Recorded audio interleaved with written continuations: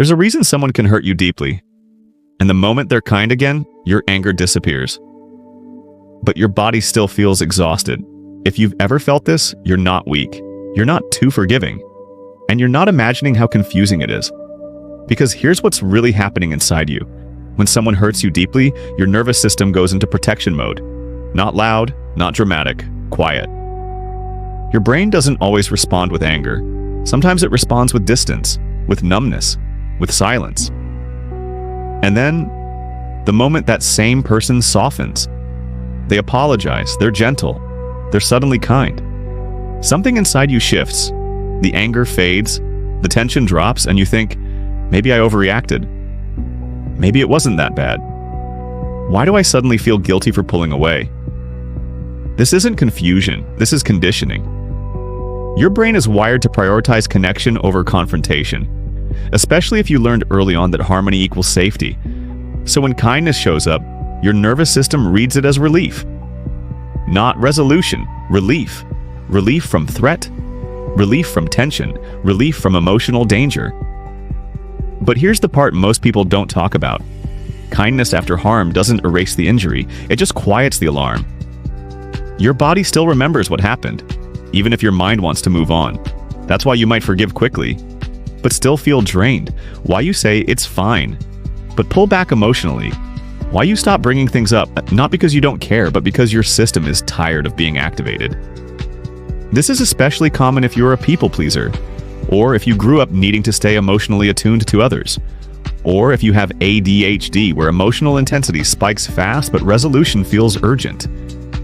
Your brain isn't asking, was this fair? It's asking, are we safe right now? And kindness signals safety, even if the pattern hasn't changed. That's not a flaw. That's survival wiring. Here's the cognitive trap, though. When someone switches from hurtful to kind, your brain experiences something called intermittent reinforcement, unpredictable care. And unpredictability keeps the nervous system hyper-focused, hopeful, alert, waiting. So you minimize your pain to preserve connection. You downplay the impact to avoid conflict.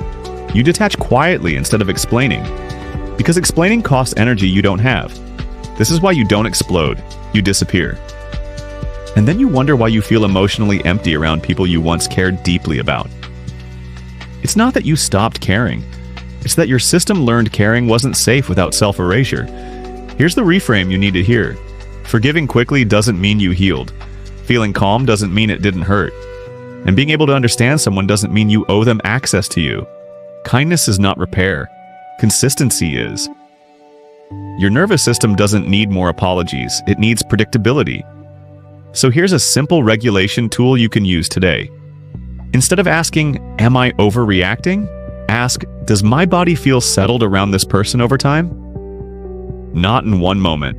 Not after one kind gesture. Over time. Notice if your shoulders tense when they text. If your chest tightens when you think about opening up. If you feel relief when they leave. Those aren't flaws, those are signals. You're allowed to take space without explaining it perfectly. You're allowed to protect your energy without proving the harm. You're allowed to move slower than someone's apology. Healing isn't about becoming colder, it's about becoming clearer. And clarity often sounds like this. I don't need to argue, I don't need to convince, I'm listening to my nervous system now. That's not shutting down, that's self-trust returning. If this put words to something you've been carrying quietly, you're not alone. If this resonated, you don't have to explain, just tap the like button. Make sure to like and leave a comment, and don't forget to subscribe to my YouTube channel.